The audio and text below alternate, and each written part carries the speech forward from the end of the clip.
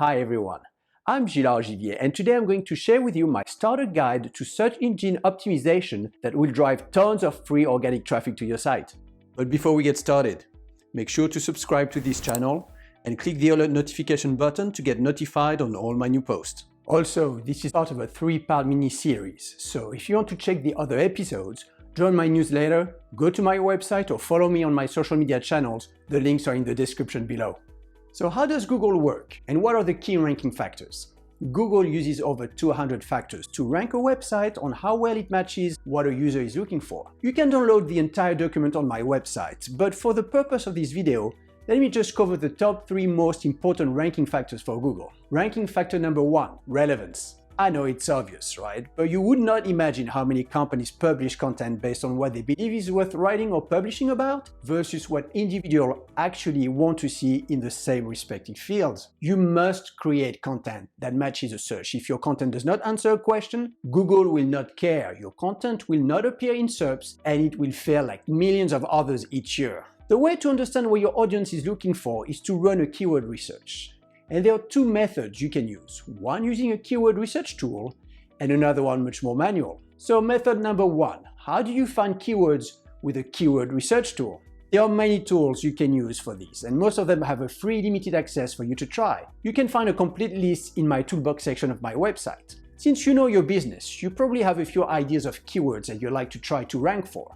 For example, the products or services you offer is a great place to start for keywords. These words are also referred to as seed keywords. By entering these keywords into the research tool, you will uncover other related keywords, topics, as well as questions. For example, if your business is in oil paintings, you would do a search on these seed keywords and would discover highly relevant terms and questions such as oil painting, oil-based paint, how to clean oil paint brushes, how to oil paint, etc. You will notice that each keyword variation and question is associated with a search volume that indicates how many searches have been done within the period. But before you get excited and decide to select all the keywords with a high search volume, pay attention to the following factor. At the top of the page, there is also a keyword difficulty index that indicates how difficult it would be for you to rank if you were to use these keywords on your site. The keyword difficulty relates to how competitive it is to appear on SERPs for these keywords. As a rule of thumb, the higher the search volume,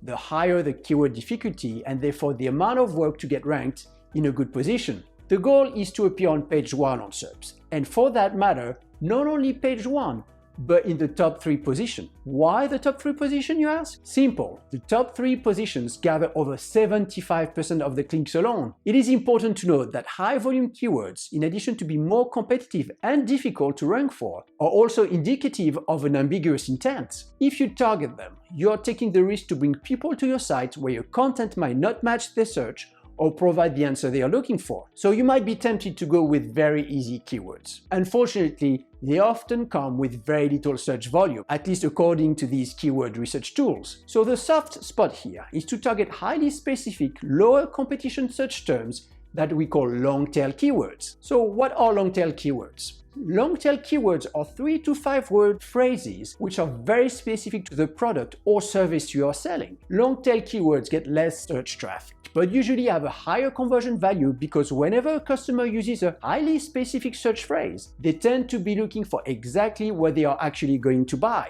In fact, long-tail keywords gather 70% of all search volume and are much less competitive, hence why your strategy should be built around them. Now you have your extensive list of keywords. How do you rank them to know where to start? What is the best long-tail keyword strategy? There's a few ideas that you may want to consider. First, rank keywords based on competitors. In this case, you can prioritize the keywords that your competitors do not rank for and push at the bottom of your list the one they already rank for. Second, use regional keyword strategy. You can assess the interest for your keywords by regions to adjust the terminology you use and therefore increase your targeting. For this, you can use Google Trends, which is a free tool to use. For example, a truck would be a suitable word for the US, much more than a lorry that would be more suitable for the UK. Third, use seasonal keyword strategy. This is where Google Trends is again very useful. as some keywords might become popular at certain times of the year, which should give you time to create relevant content at the right time. So how do you identify the user true intent? This is where the suggested questions in your keyword research tool come into play. They identify clearly the intent of the user searching for your keyword and can provide many different routes for content generation. In the example we took previously, you can see that how to clean oil paintbrushes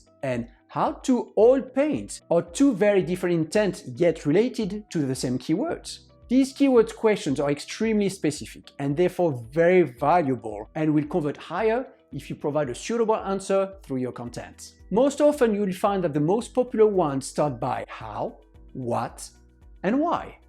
So now, method 2. How do you find keywords manually? At this stage, you're probably wondering why you should use a manual process when keyword research tools like SEMrush, Moz, or others from the list you can find on my website are so easy and fast to use. Although extremely practical, these tools are not perfect and you need to know their weaknesses to make sure you do not use them blindly. First, know that these tools are based on keywords and not semantics, and semantics is really what Google cares about. Second, these tools do not have access to Google's database and have created their own. And these databases are insignificant in size compared to the size of Google. And because their databases are very small, they use extrapolation, which means that they are only able to assess with any kind of accuracy the search volume of keywords with very high search volumes. And these are traditionally the kind of keywords you want to avoid since they are already so competitive. Here's how to run a quality keyword research. Step number 1. Run a search for your keyword in Google search box. Google has auto-suggests, which are the suggestions that appear on screen as you start typing your search. These suggestions are best guesses by Google to help you get to your search as fast as possible in order to give you a great user experience. The awesome thing about these suggestions is that they are actually based on Google's enormous database, unlike other tools that extrapolate and may end up suggesting random words. Step number 2. Select the search suggested by Google that seems to be the closest to you. Step number 3. Now we have selected the suggestion. Scroll down all the way to the bottom of the page where Google displays all the related searches. Step number 4. Check each of these related search. If the content is provided by major websites, the competition is high and not worth looking into. But if the search gives you a list of forums, which is the lowest form of content, or articles that do not exactly answer the question, that is an opportunity for you to create superior content on a subject that generates a lot of volume. And this is how you can determine quality topics that are going to be relevant to people's searches manually. So that's it for the second part of the Search Engine Optimization Starter Guide. If you want to check the other techniques, check out the other episodes on other videos. If you want some help with your digital marketing needs, check out my website at gilesargivier.com. If you enjoyed this video, like it, share it, tell other people about it. Thank you for watching.